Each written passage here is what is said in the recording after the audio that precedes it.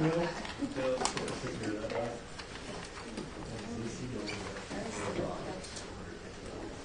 resolved that the Board of Education uphold the determination of the superintendent with regard to the suspension of a particular student in its entirety. May I have a motion, please? A motion. I'll second. Colin, second. All in favor? Aye. Noes? Abstains?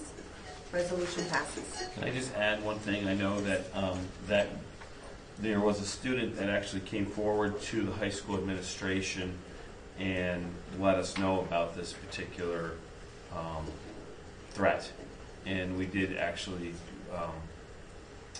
reinforce that with the student and gave the student some increased Eagle Bucks, which they can use around our institution. So I thank the high school administration for rewarding the student that that let us know about the threat that was was going out through social media. Good, excellent. Next is public comment. We have set aside 10 minutes for public comment. We do that twice in our meetings. If anyone would like to approach the board at this time, I'm asking you to do so. Would anyone like to approach the board? Seeing that we have no one at this time, we will be moving on. Our next topic, our presentations, our topic will be computer science. Our presenters are David Yontef, computer science teacher, students, R.J. Barco, Declan Glitz, Raylan Coe, and Eden Habina. Ladies and gentlemen, thank you very much for having us here so we can talk about our program. If you do not know who I am, my name is David Yontef. I am the computer science teacher for Beekmantown High School and the tech teacher, one of the Tech 8 teachers in the middle school as well. I came here about 4 years ago to help start the one-to-one initiative with Chromebooks with the Department of 21st Century Learning as a tech integration specialist. And after diving face first into many different things, I suddenly found myself back teaching, although instead of teaching music like I originally was, I found myself teaching one of my first passions, which happened to be technology. In this case, I'm extremely excited that we've gotten computer science to Beekmantown. I think it's an incredibly important subject for students to learn. And I wanted to give you a very brief presentation before I turn it over to my students so they can really shine as they deserve. So the first thing I did want to point out is what exactly computer science is, because that's one of those umbrella terms that can mean a lot of different things to a lot of different people. Computer science has a lot of different subjects within one very large umbrella. Everything from coding to network security, video game design, IT, graphic design, robotics, AI. It's one of those terms that basically means if you work with a computer, technically you're doing computer science. But all computer science ties together a couple of ideas. Having a problem, finding a solution, and using a set of steps to get from point A to point B. In computer science, we call this algorithms, although you may have heard this in many other terms based on any subjects you may know, such as scientific method, engineering design, process. Basically, they're all the same thing, finding a problem, discovering a solution, and using a certain set of steps to solve it. So what do we have here in Beekmantown for computer science? And why do we teach it? For starters, computer science and computers in general are a very global, everyday object in today's day and age. I think everybody here probably has at least one, if not two, devices that could be considered a computer. I know I have one in my pocket as we speak. And in this room alone, we have at least a dozen computers. Because of that, it's important that students know how computers work, how to use them effectively, efficiently, and safely, and how that can make them better workers and better role models in the future. Computer science also teaches critical thinking skills, which, as we all know, is one of the highest and biggest important topics that students need to know how to use. It's used in many different ways, and it also, again, makes them much better workers and thinkers as they go into the well into the 21st century. It also happens to be one of the fastest growing fields in the world at the moment. They're exponentially growing, and the job market is wide open for them, which also makes it an incredibly lucrative career, which is something I do definitely like to point out to those students.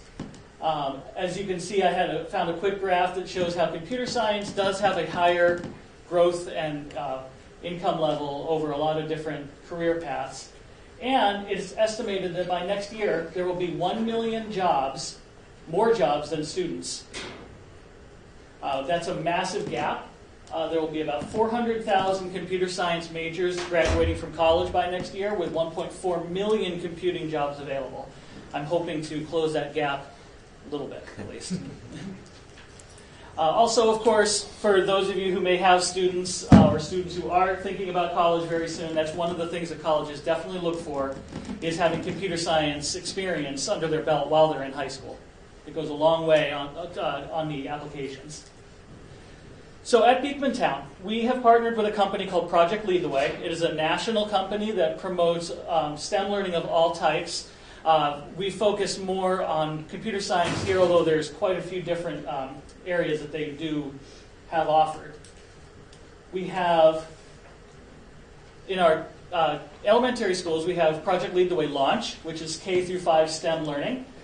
They do learn all STEM topics, and I have a couple of pictures from one of our Project Lead the Way teachers in the elementary school showing them doing some coding. Hopefully fairly soon we'll be having Gateway in the middle school. That will be more computer science oriented, although there's other STEM opportunities there as well. And of course in the high school, which is what I'm here to talk to you about, is computer science. We have 2 classes in the high school. Our first is Introduction to Computer Science, or Computer Science Essentials. That uses 3 main components. We start by learning block coding, which is a basic form of coding using drag and drop blocks. We move into robotics and learn how to program VEX self-driving vehicles. And then we've transitioned into programming with text language, in this case Python. It's important to know that while we use programming as a focus, it is not the idea to just focus on programming for computer science, because as you saw earlier, computer science has a very large number of topics. So we just use programming as a focus rather than as a goal. MIT App Inventor, I just described. It's an easy-to-use block-based coding program that uses drag and drop blocks to create various apps, like this one, which happens to be a digital doodle app. It allows you to take a picture and draw on it. You'll be seeing an example of that from the CSE students when they do their presentation. Next is VEX Robotics, which uses a self-driving vehicle to navigate a grid, culminating in a rudimentary AI where the robot is asked to navigate a maze. We unfortunately had some incidents with the coding program that didn't allow us to get quite to that point, but I'm hoping to circle around and come back now that we're working on text coding, which should hopefully solve that problem. And then finally, our text coding, which is Python, which is what we're currently in right now. Python is a beginner text programming language that is still powerful enough to be used commercially. And the students are already actually diving pretty well into that. I think they'll tell you that it's got challenges, but it's something that's enjoyable. Our other class that I teach is AP Computer Science Principles. It is an AP board certified class, and I currently have 4 students in there, 2 of which are working towards getting their AP credit for the class itself. We also have a lot of other computer science that we offer at the school. For example, we have a lot of extracurricular activities. Some of them have included taking several 8th graders to the Lego First Robotics Championship at Clarkson, where many teams place very well, including one who has the opportunity to travel further than Clarkson to compete. We also did just this weekend a 3D print sprint at the mall, which was a 24-hour competition consecutive, which is why I'm babbling a little bit, because I'm still recovering from that. We have fielded both high school and middle school teams, and I feel that they both did very well at that too. I also am teaching, a coding with video game class. where students are learning how to use a video game engine to program and create video games. So that is our computer science at Beekmantown in a nutshell. I'm going to stop talking because you really don't want to listen to me. You would really like to hear our students. I'm going to first introduce Raylan Coe and Eden Habina. Unfortunately, Declan can't make it. So they're going to give you a quick demonstration on a form they created called Feather Forms. I do want to explain this is, in what we call in computer science, a proof of concept app. It's something they created with a goal in mind to help the school become a better place. It is fully functional, but it is not what we would consider market ready. So if you guys would like to grab the tablets and hand them out, you can do the demonstration. I'll get your slideshow up.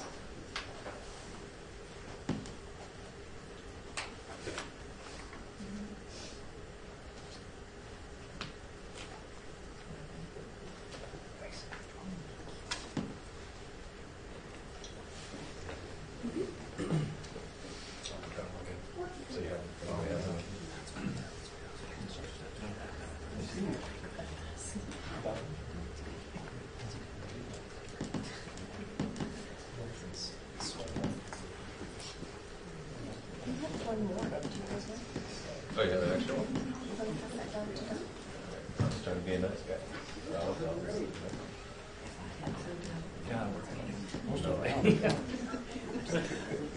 Just kidding. Hello, first I'd like to introduce myself. My name is Raylan Coe. I am a 9th grade student, and as you may know, I take Mr. Yantov's class. Okay, imagine this. It's summer, and you're ready to come back to school. You've been looking forward to this. You see how you walk into your class, all your smiling students. But then you get frustrated. There's all this paperwork on your desk. Living in the 21st century, everything is computer-based. So we're asking ourselves, why is everything still paper-based? Well, we have invented an app to solve that problem. Feather Forms. Feather Forms is an app that takes all of the forms that you have to complete and puts them in an app to make it easier. I'm going to walk you through this now.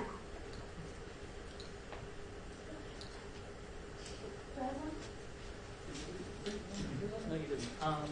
If somebody wouldn't mind, thank you. Okay. Thank you. So, if you press this button and swipe up, there'll be a little icon, just like this. And if you click on that, you'll be brought to this screen. As you can see, there's 3 different categories of forms.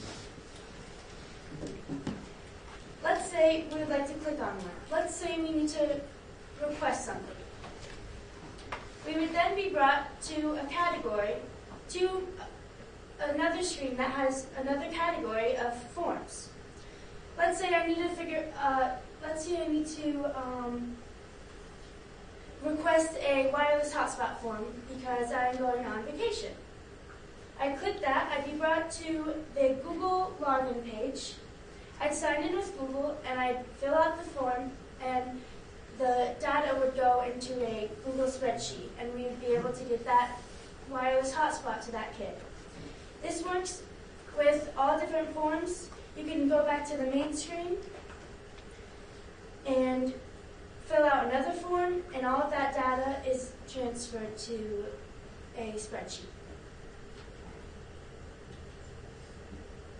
Do you want to talk about your design process, how you came up with the idea for Feather Forms and how you decided to make it a reality? Eden was a head design, so I'll pass that over to her. Oh, there wasn't a whole lot we could do with what we had, but we used as much as we could throughout the entire process, working both with my team and with the coding team, which Raylan is part of, to get as far along in the process and make as much of it a reality as we possibly could. There's not a whole lot to it because of the nature of the app that we're using to create it.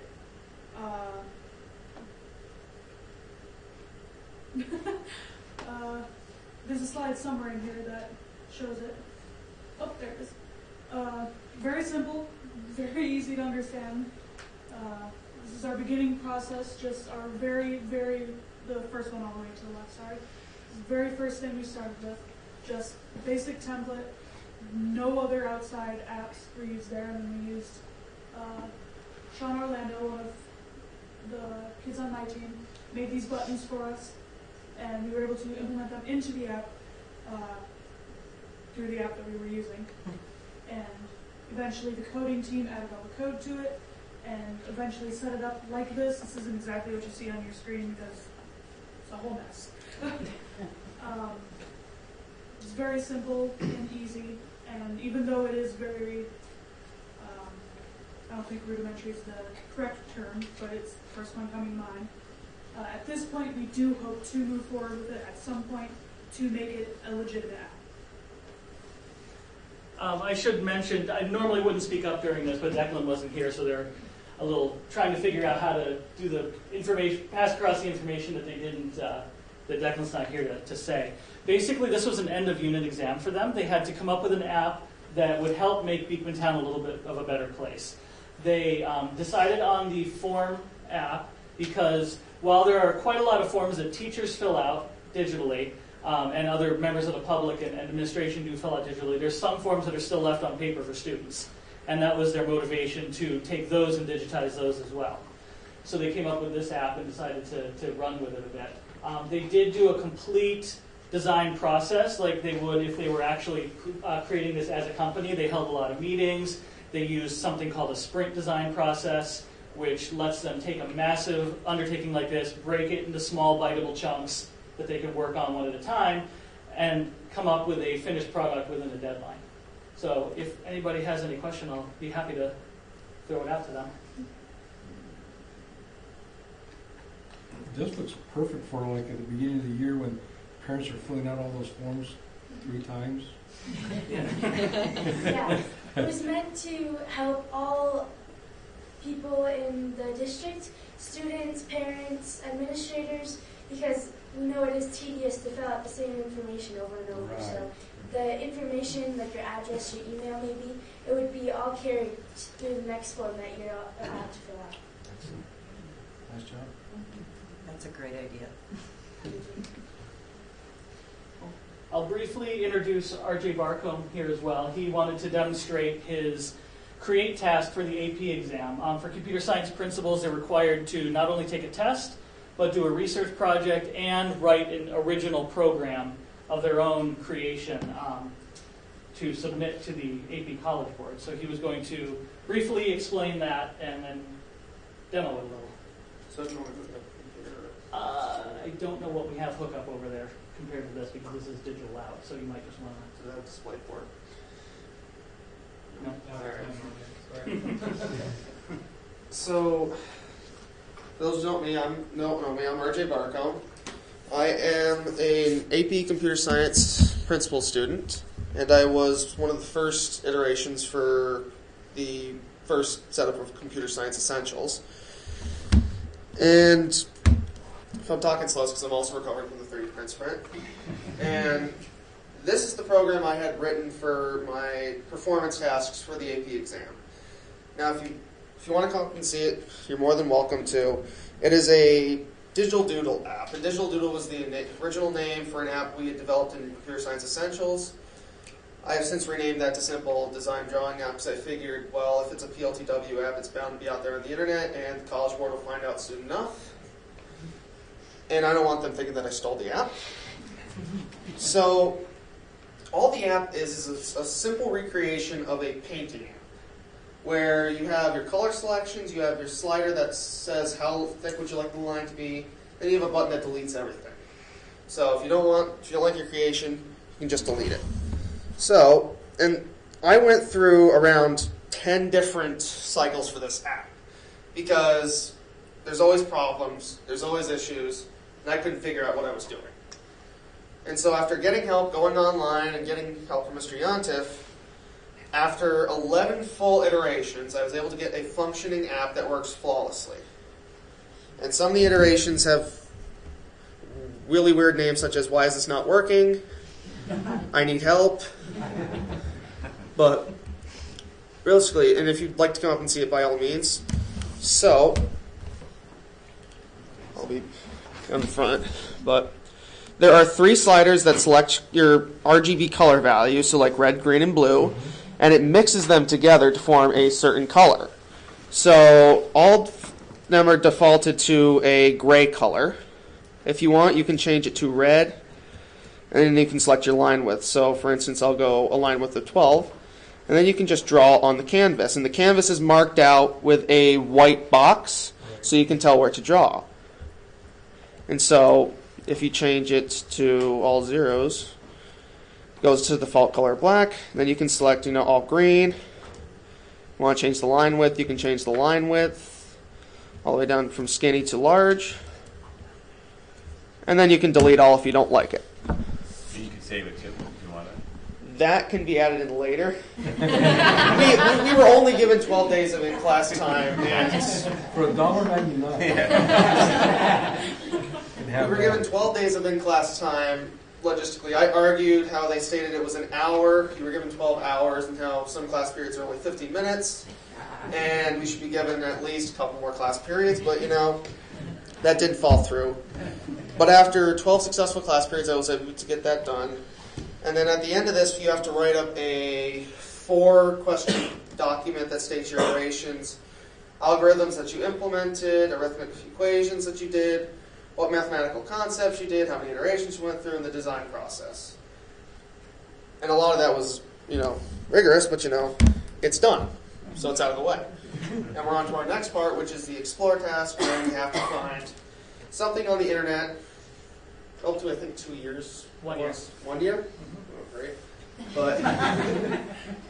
But if you think about it, within a year, there's a lot of technological developments that happen. And if I can't find it, then I guarantee you something's wrong with the world. But that's pretty much what we're doing thus far in computer science principles. We started off in Python, which, as Mr. Johnson said earlier, it is challenging, especially for me, where I would get frustrated, and then I bought a book, which didn't help. But I got used to it, and I pushed through just like everything, because I was on the ropes about halfway through the year whether I really wanted to do this or drop out. I am glad that I stayed in, because now that I know that I'm taking the AP exam, and I know that I will pass, because if I don't, I will never forget myself, that I will have a credit going into college, and as Srianta stated earlier, there's a lot of different careers out there. So I know going into this program, I'm going to be somewhat of help to the world. And that's it for my presentation on computer science potential.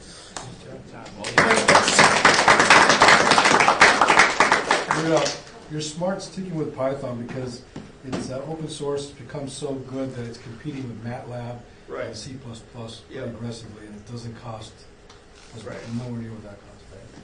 So good for you. So RJ and Eden, what grades are you guys in this year? I am in 11th. That's right. And are you, I know you're looking to receive some credits, are either of you looking, when you move forward, to do something in college with computer science? Yeah, I'm going to college. I've already been accepted. I'm going for biology and forensics. And forensics has a lot to do with computer science, especially in some of the fields that I'm looking at. Terrific. And I know I'm looking at several different colleges like Clarkson University, RIT, SUNY Plattsburgh, SUNY Polytechnic, for something in the realm of computer science and engineering, and also physics. So.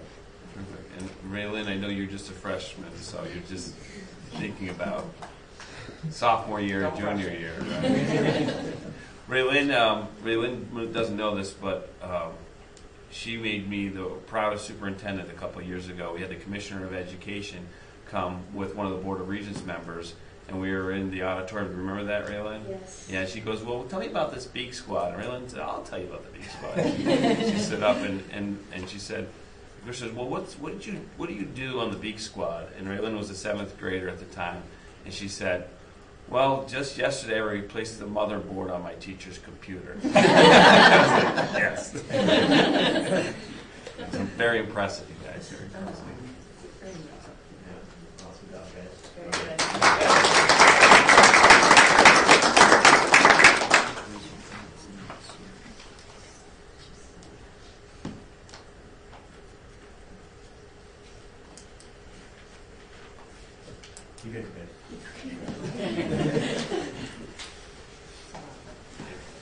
Thank you. Thank you very much. Thank you. Thank you.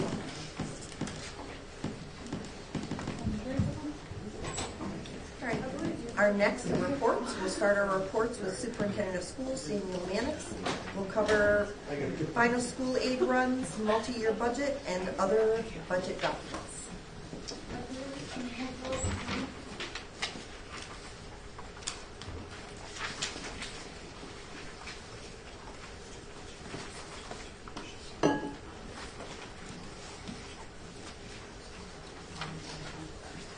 So I'm going to have Jen will join me. Traditional roadshow presentation.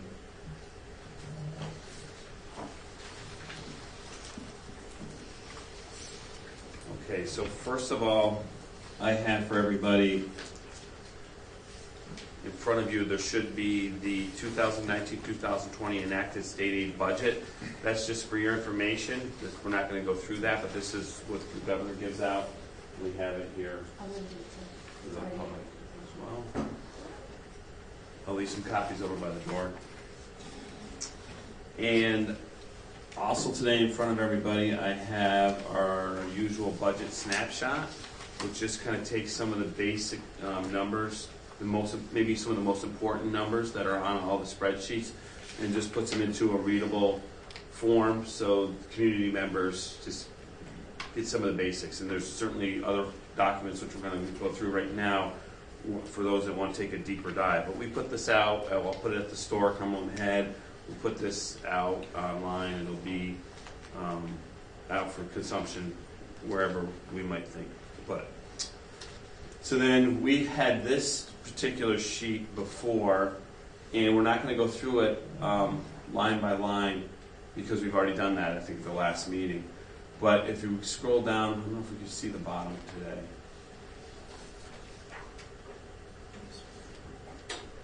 Might not be the right sheet. Yeah, that is the right sheet because there's a 0 at the bottom. So I saw the 46 million. These will be our total budget, but as you see, we are zeroed out now because, oddly enough, if you remember, there was about $180,000 left there, and we were looking for an increase. And I actually thought we might see a $300,000 increase from the governor, but luckily we saw about a $180,000 increase. So it was really spot on to zero that out. That's exactly what the governor gave compared to, what the legislature and the governor agreed to, compared to just the governor's run. So we're zeroed out. You see other lines and you might be a little concerned, but really if you take a look at the $500,000 2 years from now that's in the red, obviously that's about 1% of 48 million. So when we look at this number, we say, okay, up here we have some assumptions that are very, very conservative assumptions. So if we receive 0.5% more on our tax levy, if we receive 0.25% more on our tax levy each year, or 0.25% more than 2% state aid, then that number zeroes out. I don't know if you follow me on the math, but 4 quarters would equal 1%. So the same is true. Like if you just had 1% more next year's an election year. So if we had 1% more state aid next year than 2%, which we would expect on an election year. Every election year, you're going to receive more than a non-election year. That's just the way it always works. Then that number zeroes out too. And it's nice to have it. We rarely have had a number zeroed out all the way, 3 years away from where we are right now. So we find ourselves in a nice position. Although the one, we're actually hoping that the health insurance steadies a little bit. If you look at the 2 years in this particular budget year, and then the budget year we're working on, which is next year, you're looking at $1.5 million increases to Beekmantown in both those years. So we're hoping that those 13% or those 20% are more like 6% or 7%. So there are variables in there, but we feel pretty comfortable. Any questions? We've gone through this before. We're really happy to look at those numbers and know that the long-range planning we've been doing for years here, it pays off. And I think you're gonna hear some other school districts not be in the situation that we're in with cuts to staff and programs. We're not talking that. We're talking a rollover budget where we get to keep our programs whole, and make sure that our staff is intact. Okay, we're good? All right. So then we have one other sheet that's new. Jen will kick us off here. Okay, so we're going to start with the top, and you can see there's the real property taxes and state aid. As you can see, it's pretty much a 50-50 split. So we get 50% of our revenues from the state and 50% of our revenues from our taxpayers. So you see the 2.56, that's our tax levy limit over the 1920 year, and the 21 and 23, so it's a pretty close to 50-50 split here. The next line is, you'll see $150,000, and we'll put this in the board portal. I'm not sure if it's in there or not yet.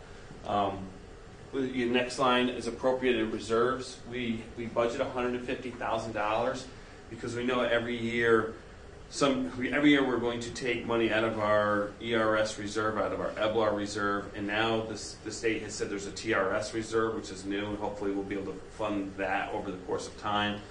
So we know that when people retire, we have to pay out certain amounts. We take money out of the reserve. Sometimes it's $225,000. Sometimes it's $92,000.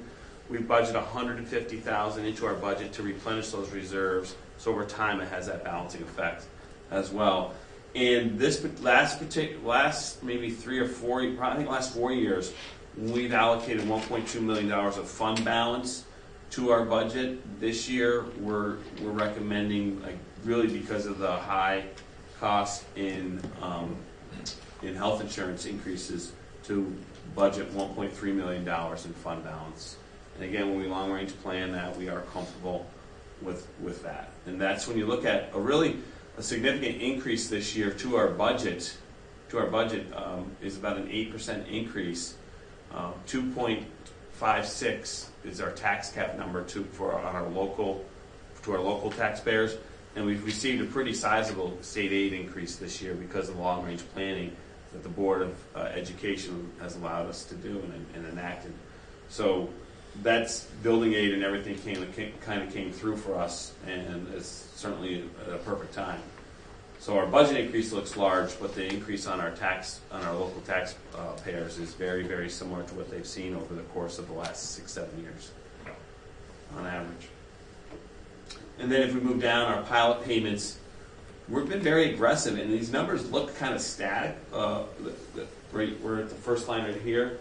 These numbers look pretty static, 331 and 341, but it's amazing the shifts in these pilots, which are negative to Beekmantown. Even though we receive revenue, it's a negative on our tax cap, and it hurts us in the long run. And they're very, very fluid, so don't be confused if the number looks static. It's just one of those things that just kind of rolls each year. So there's a lot of juggling. There's a lot of things we have to stay on top of with the pilots. We incur some attorney's expenses fighting to make sure that the pilots are as fair as they can be to Beekmantown and our taxpayers. And then we have our interest income, which is going up a little bit. No guarantees it'll stay that way. So we did budget a little conservatively there because we don't know where it's going. But so it did go up a bit. And then we're looking at CPSE refund from the county. That stays pretty stagnant. That is our preschool kids with services, and we can submit for reimbursement. And then tuition from foster placements. Again, that's pretty. That can go up and down a little bit every year too. So we always budget around $45,000 over the past years that I could see, and it evens out in the end because it all depends on how many foster kids you have placed per year, and it does fluctuate at times. So those are all pretty stagnant numbers at the moment. And then athletic admissions, there's a slight increase in athletic admissions because everybody wants to see the Beekmantown Eagles perform, so a little bit more there. And rental of real property, that's when people rent our facilities. Again, we just left it pretty stagnant. I think it's it's been pretty stagnant, pretty steady over the last several years of what we're getting for rental of our properties. There's a $1,000 when we have to salvage desks or just scrap metal that we have around here. this is an interesting $105,000. That's a check we received because of our retirees that take medications that are under our health insurance plan. We get a direct check from, it's not really Excellus, but it's kind of through Excellus. And the average is about $105,000. Our BOCES refund, it was more last year because we actually had a lot of reimbursables last year and the year before. But this year we're budgeting $81,000 because we don't have quite as many of the reimbursables. Reimbursables meaning that you're either going to have, in that particular line, it's a BOCES purchase, so we receive about 50% of that money back when we purchase something through BOCES. We look for reimbursables through the state too, and different, like if it's transportation, we usually receive about 80% of that money back. That's not on that particular line. Let me see what else do we have here. We have, go ahead. It's refund of prior year expenses. Every now and then you get some prior year expenses that you put into that category. It's a constant. And then we have one of the other lines, there's $38,000 for shared services, and we have some of that money comes through athletics because we have a budget for our girls hockey team, our boys hockey team. Every now and then we have a runner in cross country, and those schools pay a portion of our total expense, so that's where we take that money and put it into that line. And also we have special education students. Sometimes they come and they're, because the school district will send them here because maybe we offer a program that BOCES doesn't, or maybe they like our program more than BOCES, and they'll pay us, and then they like Beekmantown so much that they move into our district. Isn't that right? Yes. And then we don't get that reimbursable, but we're glad they love it here. And so that number can fluctuate depending on how many openings we have. So it's not a science, it just depends on how many kids are in a program, and if there's an opening and there's somebody that wants to do that. And then we have a large one, $300,000 this particular year for our pre-K3 collaboration, and that was when the commissioner came, right after she left Raylan Coe's presentation, she walked down the hallway, and it wasn't Rick Gangware that stopped her, but it was Polly and Leanne Short and I pulled the commissioner aside, and Polly and Leanne Short had a nice one-page document requesting a waiver on how services are delivered to pre-K students in our community, and they passed the waiver, and we were the first school district, right? We were the first school district in the state to do this, and now, perfect time to have $300,000 or more come in and help us out in our budget. So it's been a great program.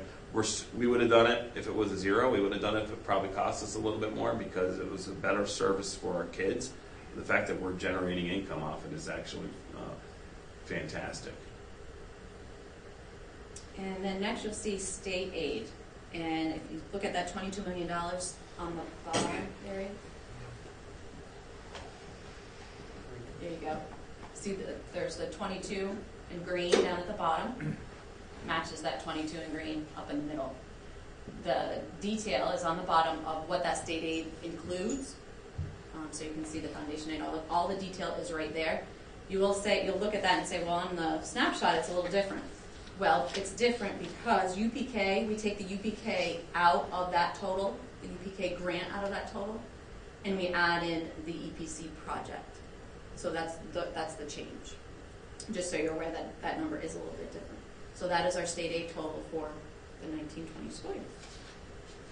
And then we have the incarcerated youth program. That's been pretty consistent. And then the Medicaid reimbursement, which we get through Holly. They submit to the Medicaid, and we get reimbursed for about $95,000. That number's gone up and down dramatically over the years too. It depends on student population. And funding, I think. It's not always funded the same, anyways. So those are our revenues and our sources to fund the budget. And then next meeting, 2 weeks from now, we're going to be moving with our expenditure lines. Yes. Yeah.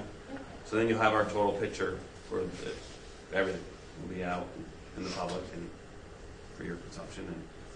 And then the next meeting after that, we'll pass, oh no, it's actually, this is the next meeting where we pass the property tax report card. Property tax report, and we'll go over expenditures too. So the revenue and expenditures will match, and we'll do the property tax report. So that's where we are in the budget process. When the final runs came in, we're very, very comfortable right now in terms of without massive changes coming. We don't foresee them coming. We don't forecast them coming. We feel like we're going to have a solid year next year. We don't see a lot of danger with the exception of health insurance, which is uncontrollable on our end. Well, you know what? I'll say it's uncontrollable, but on today's agenda, you'll see that our bargaining units, our administrative bargaining unit, our teachers bargaining unit, supervisors and support staff all passed all voted to allow the consortium to modify health insurance and make it basically more modernized, the health insurance, and actually save the consortium money. So I say it's not in our control. It is somewhat in our control, but to have bargaining units allow a board of directors to slightly modify their health insurance can oftentimes be scary.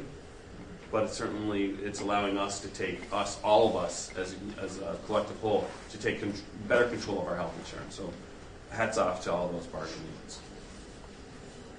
Any questions on basically everything we've shared with you today? We're good? Okay. Thank you. Thanks, Jim.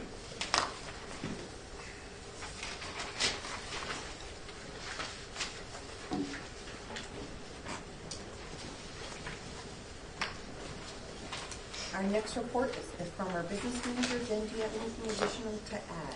No, unless anybody has any questions. I do have a few more things to add. Okay, Sorry. we're not done. So today, on the agenda, we have a unique situation where we had an employee who resigned from the district, but then wanted to pull the resignation. But the law says that once the resignation is accepted by the board clerk, only the governing body can allow the person to rescind the resignation. So I recommend that actually we modify that resolution to allow that employee to rescind their resignation. But it's a unique component of civil service law that says once it's in, only you can rescind it. So we try to follow the law, and that's why we're in this rare situation here in Beekmantown. So it's Josh Burnell who's on the resignations. And Josh is here. He's come to my office a few times. He's a little nervous, but he's done a really nice job for us. He's grown into position as groundskeeper. So that's a unique thing on today's agenda I want to make you aware of. Another unique thing that happened to Beekmantown is we won an award from the New York State School Boards Association. We are the champions of change for kids. It said the Beekmantown CSD Board of Education should be awarded recognition because of our school culture, especially the sensitivities for special needs students. So this will go in a place of honor. I'm not sure, they don't say who nominated us, but I wouldn't be surprised if it wasn't BHSN who nominated us to win this award. So we'll put this up someplace nice, and it's a great recognition for the work that the school board does and our teachers and our administrators and everybody else. I have two other items I think on here. Capital projects moving along quite well. I'm sure you can see it in a couple different spots. We had a capital project meeting today. We're making great decisions, working well as a team. Mr. Scott's really leading that for us. I know Jen was at the meeting. I was at the meeting. We're all hands on deck for that. And the other thing was the association's passing the health insurance resolution, which I mentioned during the budget process. Okay? That's all I have. Our next is our ex officio student board member, Karen Pritchard. I might as well stand up today. Seems that's the theme. So over at Cumberland Head Elementary School, they were unveiling a book vending machine on Thursday. Lori Christopherson, LMS, has worked hard to put this idea together for students. Valley Vending was able to convert a real vending machine to accommodate books. The PTO donated money to replace the books as they are given away. And the way it works is students are given tokens for good deeds or just their birthdays, and they can put that token into the vending machine and they get a book of their choice. They also, at CHES, experienced some difficulties with the state testing administering, like all the other schools around here. Because of the computer systems, the students had difficulty logging on and submitting their tests. By the end of the day, they were all able to submit. The students did have some nerves, but the teachers did their best to keep the students calm. And special thanks to the 21st Century Learning Department for providing such great technical support. The day 2 of testing apparently went a lot smoother, and there were very little mishaps. In grade 4, over at CHES, they're looking forward to a trip to Parker's Maple Sugar House tomorrow afternoon. The pre-K students are going to tour PetSmart and learn more about pets and how to care for them. At Beekmantown Elementary, students they enjoyed Philip and Henry Magic Show at the end of the March. It was a fun-filled ELT-sponsored event. Students also at the elementary raised over $3,000 last month to help the Vermont Children's Hospital. They enjoyed sliming their teachers, a costume day, and beach day as incentives for their earnings. Students and staff at the Beekmantown Elementary in grades 3 through 5 completed their testing also. Session 1 was rocky, just like over at CHES, but they pulled through session 2, which went much better. At Beekmantown Middle School, Team Ascent kicked off their spring project in the North Country Honor Run, 5K run, and Oval Walk. Students have been busy working in their various committees: financial, marketing, race day, logistics, and community outreach. 4 students were able to participate in a 24-hour Adirondack print sprint that happened this past weekend, as you heard earlier. Students on the principal's cabinet are working on refining the talent ticket prize menu for next year, and the student council is sponsoring a food drive coming up. So the Beekmantown High School, all sophomores attended the Sophomore Summit at Clinton Community College, where they were able to interact with the admissions and personnel and processes, learning about the college advancement coursework available through the partnership between Beekmantown and the Clinton Community College, as well as experiencing the career fair that was there, attended by several local companies. Junior Scholarship Committee has met and nominated 6 dedicated and deserving juniors for possible scholarships, totaling to over $250,000. The participating colleges and universities will be making their final decisions soon. The school district conducted the second session of the suicide prevention workshop with area districts. Area districts were greatly appreciative of the knowledge and procedural insights our administrators provided during the session. Senior class students, such as myself, participated in our senior trip sponsored by the ELT from March 27th to March 29th. The students were exposed to a plethora of cultural activities in the city, such as attending a Broadway show. We saw The Lion King. We experienced opening day at Yankee Stadium. We walked through historical sites such as the 9/11 Memorial, and some of those who were able to wake up early enough, we attended the Today Show outside on the street in the freezing cold, but it was well worth it because a lot of us got to shake Al Roker's hand. And we stayed right next to Times Square. It was just like a 5-minute walk down the street. So then on to extracurricular activities that we held in the school. Last week, March 30th and 31st, the high school drama club put on the musical comedy Addams Family for the community, and it went extremely well. This has been one of our more successful shows since we did Annie back in 2017, so it's been quite a while to put on such a successful show. We were able to persevere through the past months despite a few hurdles, such as the senior trip being conveniently scheduled up to like the 3 days before our show. It made it really stressful, but we ended up pulling through in the end. This led our club to compromising its time, but we pulled through after many long nights, like really long. We were here until 9 o'clock for a whole week. We also had to deal with the melting snowfall. Quite a surprise, right? We're in the auditorium, so why would the weather matter? Well, the ceiling above the stage, when you're looking at it above the right-hand side, it started leaking quite steadily. So on and off as the weather warmed and cooled, we had to avoid that side of the stage, but it was early enough in rehearsal time that we could do that until the leaking stopped. The only trouble was it was on the side where there's like protective varnishing coating not all the way over, so sadly there might be some issues in the future with water damage because the varnishing coat doesn't go all the way over to the wall, which is where it was leaking. And then 2 weeks before our show, our club was put into a tizzy with our sound system in the auditorium. It stopped functioning properly. But since we're in this technological school, we had the help of our ed tech department who dedicated a lot of their time to help us when we really needed it. And then finally, after jumping all these hurdles, we finished our race and put on a fun and seemingly funny show, according to the audience. On behalf of the entire club, we would like to thank any of you who came to our show, because any support means a lot to us, and we hope you can continue supporting our club throughout the years. Thank you. Very good. Nice job. All right. Next is committee reports. It looks like it's operations committee. Okay, we had a community update, and we met on Friday, March 29th. We discussed our three main projects that we've been working on: the energy performance contract, capital outlay, or the capital project, of course, and the capital outlay project, or projects. First, in the energy performance contract, we're trying to wrap that up. You know, most of you probably have thought that should have been put to bed. Well, there's some small issues that Tetra Tech, Rick Mandel, is still working with Siemens on for us. I was glad to hear that. Such as our solar arrays at Cumberland Head should have, we should have things to share with our students from an educational perspective. You know, what they're putting out weekly, daily, monthly, compared to prior months, and something that they can look at to learn and see what this is actually doing for us. And that's coming. Also, I guess air balancing is a big part of the energy performance contracts. We're not leaking hot air out of our buildings.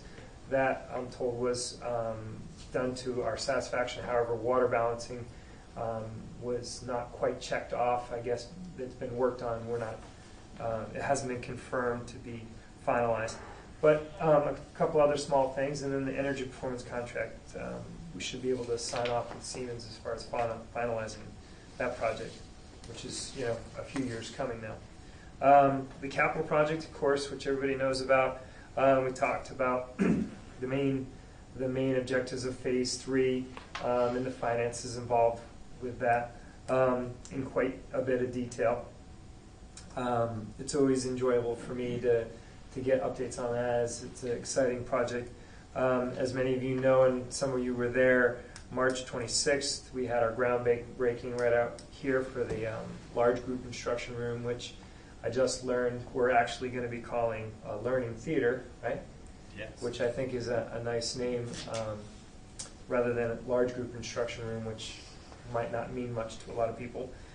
And then a part of the capital project, we discussed 4 alternatives, because our bids came, because we finally got, you know, in early and so it was so advantageous to us. The bids came in our favor so much that we can include all the alternates. You know, Tetra Tech and our general contractors who have been through this before and are helping us out all through this project knew that there's certain things, you know, like having alternates in case we do find an ability to add some things. Well, it turns out all 4 alternates are going to be accomplished, which is really nice. One of which I'm happy to report to Mr. Kuchar here that one of them is the rebuilding of the roof over the auditorium, and I guess there's some other roof up there that's pretty patched up that they're gonna. That's an alternate that was included.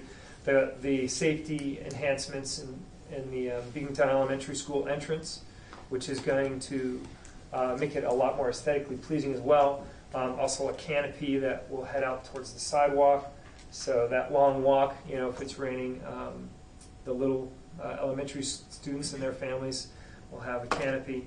And lastly, part of the learning theater, we have a more efficient, well, they suggested we have a more efficient way of cooling that space, and that will be included as well. Rather than tying it into our main system, it's going to be a separate unit that sits up top and can be, well, I guess I'm just told it's a lot more energy efficient. Lastly, we went over reviewed the capital outlay projects, which, as most of you know, is a $100,000 a year project that the state helps us out and aids us most of the way. Last year it was the windows at Cumberland Head, and it's usually held as like an emergency thing, right? A few years ago, we had a problem with a lift at the bus garage, but we got that covered. Last year it was Cumberland Head windows that really were, came to our attention that needed some work, and that's just about done, I'm told. But a little bit of sealing around these windows needs to be accomplished, but that's pretty much done. Next year is safety enhancements at Cumberland Head, where they're going to put new doors, school doors that can be locked from like the main, the administrative office. This would be able to like a safety switch. Boom, all doors are locked, in case of tragedy. But also the doors have other safety features. They can't be broken down, or so that'll be this this coming year. Then the same doors will be done at Beekmantown Elementary, and then the following year we're looking at, granted that's a few years down the road, potentially replacing the middle school gym bleachers, which are, I guess, they're original, so that tells everybody that it's pretty old, and there could be some safety issues with them in the future. As far as the sides, like our main gym has the railings on the sides. These bleachers are lacking. So that's about it from our operations. All right, excellent. Any questions for Mike? All right, thank you very much. It's resolved that the superintendent of schools recommends to the Board of Education to approve the following minutes. May I have a motion, please? Motion. Mark? A second? Second. We'll I'll give make that to Crystal. Yes. Any question or discussion? All in favor? Aye. Noes? Abstains? Resolution passes. It's resolved that the superintendent of schools recommends to the Board of Education to approve the CSE, CPSE, and 504 recommendations dated 4/9/19. May I have a motion, please? Motion. Colleen, second? I'll second. Mike and Mike, you got this one. Any question or discussion? All right. All in favor? Aye. Noes? Abstains? Resolution passes. It's resolved that the superintendent of schools recommends to the Board of Education that the following personnel resolutions on this consent agenda, resignations, appointments, and retirements, be and are hereby approved. And this is the one we want to amend. Yes. Okay. So let's make sure we follow the appropriate process. We need to move to amend it to say, To strike or rescind, only the board can rescind the resignation of Josh Brunel, the groundskeeper. So the board is, so, you need resolution. right, so I move to modify the resolution to rescind that resignation. That works. So I need a second. Second. All right. It doesn't have to have his name in the resolution. How did Ed phrase that? That sounded like- He called it that resignation.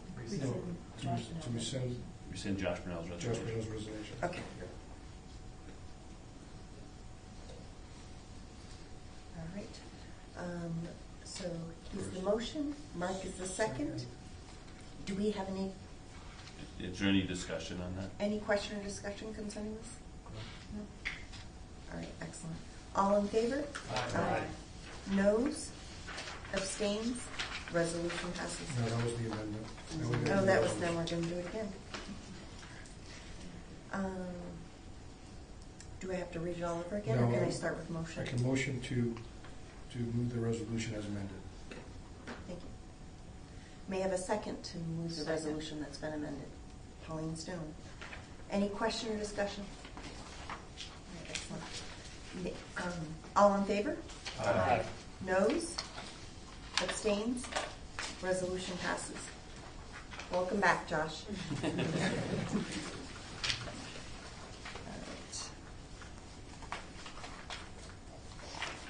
It's resolved that the superintendent of schools recommends to the Board of Education to approve the following resolutions on this consent agenda. athletic mergers, trip to Spain, Portugal, and the memorandum of understanding. May I have a motion, please? Motion. Crystal, second. I'll second. Mike, any question or discussion? All in favor? Aye. Noes? Abstains? Resolution passes.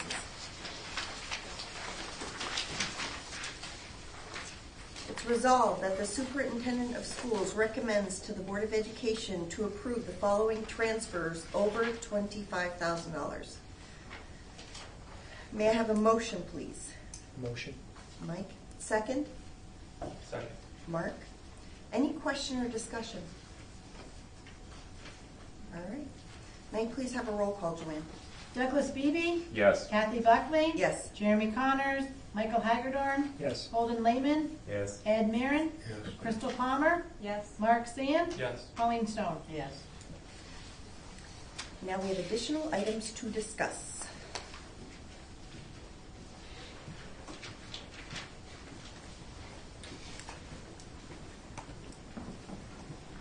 So we have a board meeting on do we have a board meeting on the 22nd? The 23rd, which will be, there won't be a lot of action items on there because we're going to be on vacation, but we will review one more budget process and we'll adopt the report card, and that we have to have that meeting.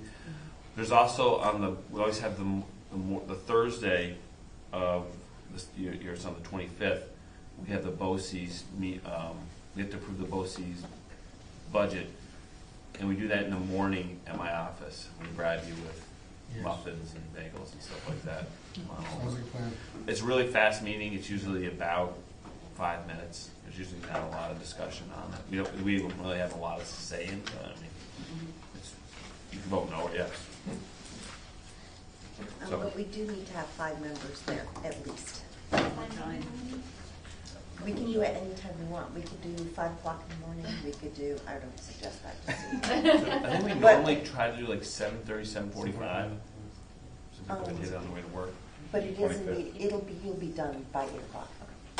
Like, it might be 15 minutes. Well, 7:30, let's do 7:30 Yeah, 7:30 is fine. On the 25th. on the 25th. Do you have a quorum? One, I can. 2, 3, 4. Anybody else? 5. I can get that. 5 or 6. Okay. 23rd, 6:15? Okay, good time? If for some reason you cannot attend, make sure you contact Joanne or myself, and we can make sure that we do have quorum for this. Okay? All right, excellent. The next is we are in the process of trying to establish a new superintendent evaluation form process. That webinar was put in the portal a long time ago, right? Or attached to an email? Yeah, it was very similar. Yeah. And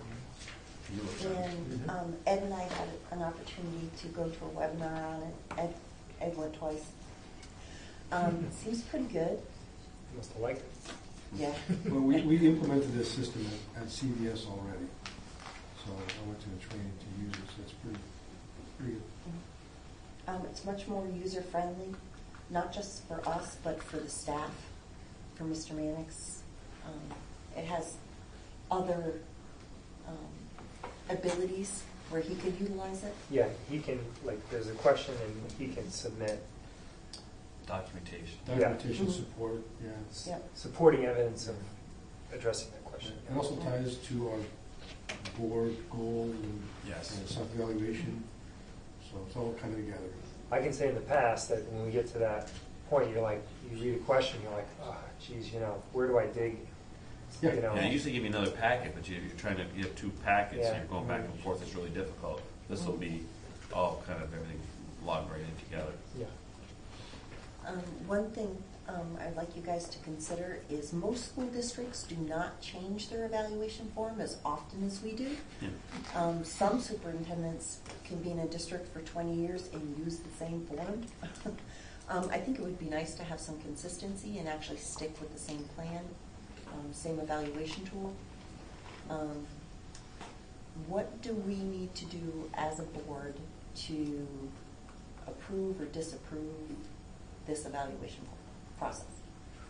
So what we would do is, if it's a go, if the board likes it, we would then work together to put our goals in. And we have 2-year goals, we have one more year of those goals. And then we would just finalize what that document looks like, and we would establish a time when we want to move forward with that evaluation. And we'd break that into my contract. Okay. Hopefully one last time, right? Mm-hmm. And then we would probably write in super eval as well. It is a tool that we could look at with other bargaining groups if they wanted to, or we have other folks around that aren't in a bargaining group and they have a different type of evaluation. We could use it with them too, so it could have a greater reach in the district. But those would be the next steps. So there would be a modification to my contract just in relation to evaluation, which would come up, maybe, or you probably want to do it in May. It'd be, it would just be a board resolution.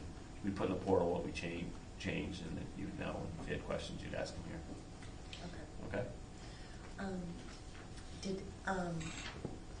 Would anyone else like the opportunity to review that? Can we pass the webinar on to the board? Sure. Yeah. Resend it or whatever. Do you guys want us to put it in either the portal or attach it to an email? We'll resend it. We'll resend it out to the board. Good. It's a decision that we need to make sooner than later. Okay. All right. Excellent. All right. So hearing no concerns, we'll just move forward and with the idea that something will be coming. Can I ask a question? Did anybody have any issues with it when you guys saw it before? I liked it, and like Kathy's point, I'd like to keep it. We've changed. So I guess my question is there any opposition to it? Because just an order of efficiency, if we already saw it, we all liked it, can we just move with it? Let's go with it right now. Okay, I'm good with that too. Okay. Mm-hmm. We're good? That's it. All right. Okay, you're good? Okay. I didn't look at it. No, We can make sure you maybe- have it though. Yeah, just get that, send it to me. Yeah. we sent it Absolutely. tomorrow. It's better than what we have. What we have is pretty good too. Yeah. Yeah.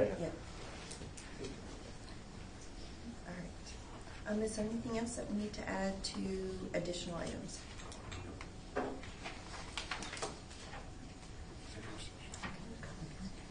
All right. So we normally have public comment next. It's not on here for some particular. It's in the wrong spot. Yeah. So we have no public comment before we go to executive session. We don't have any action items coming out of executive session.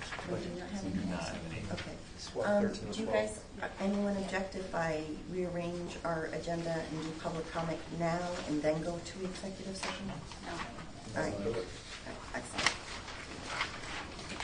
All right. Jumping to number 13, we have set aside 10 minutes in the beginning and the end of our Board of Education meetings for public comment. If you would like to make a comment to the board, please step forward, state your name, and give us a general idea of what you would like to talk about. And Mr. Marin is going to be I'm kind going to do my enough spiel again. Okay. to explain the All right. Board of Education's policy on The public short, comment. the short of it is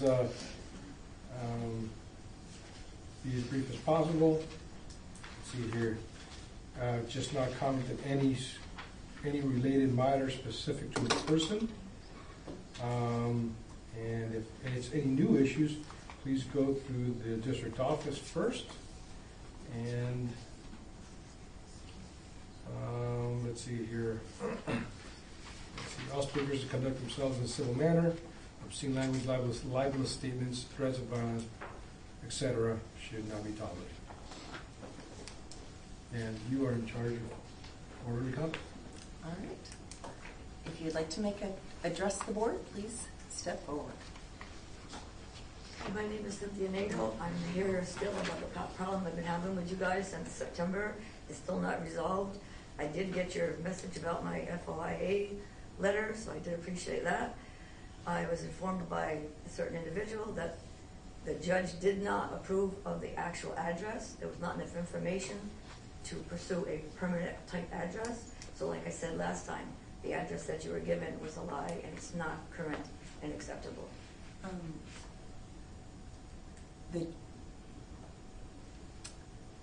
The lawsuit of Brockway versus Beekmantown Central School District was ruled in the favor of the school district in its entirety, which means that the judge agrees that what you're concerned about is not a concern. Well, it's a very big concern because she does not live in the district and that's against your rules and regulations. It is a, it is a, how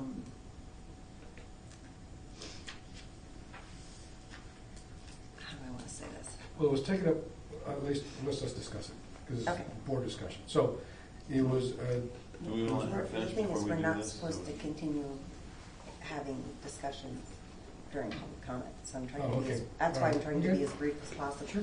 The court ruled that, what you're questioning is a moot point. Well, They it's- ruled in the favor. Well, because not enough They information ruled was that- given to the court to prove where she was living, and if she's not living in the district. She Um, sold her the- house on Jersey Swamp Road. can we, Okay, we living cannot, in now you're we going too cannot far. discuss. Now you're going too I'm far. not saying anybody's name, I'm No, just saying I know, she's but not Well, living I'm we're- telling you, in- you're going too far.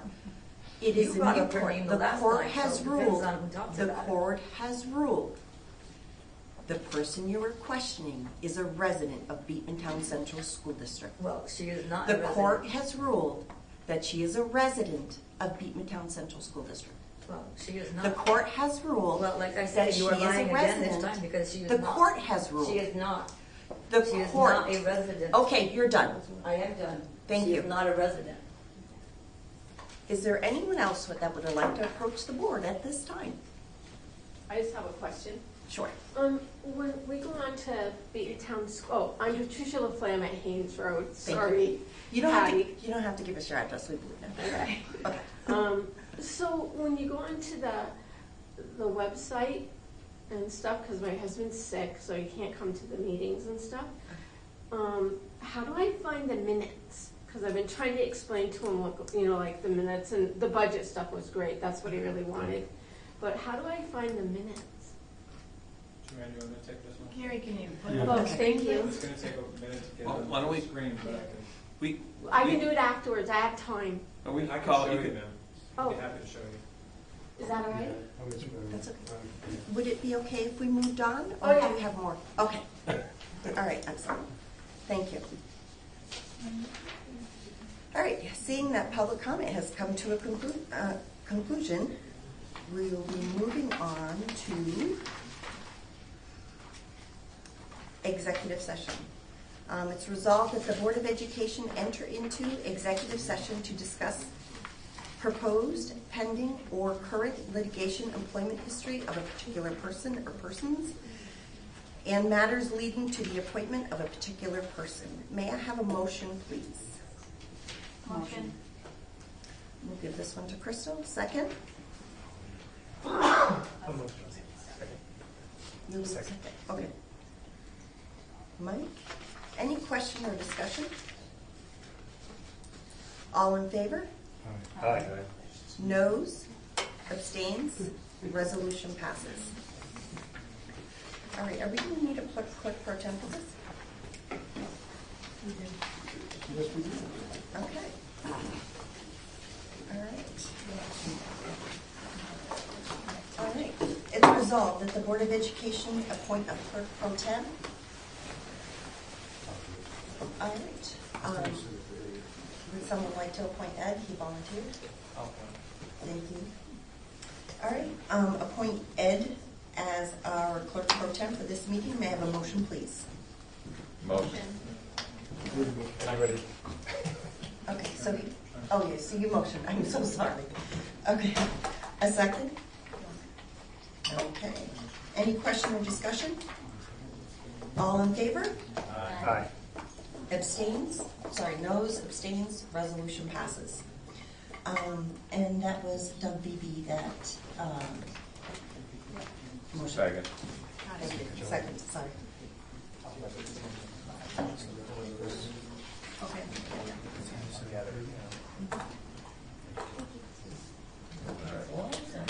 So we're going to be going to executive session. We will have no decisions after this executive session, so you are all free to leave. Yeah.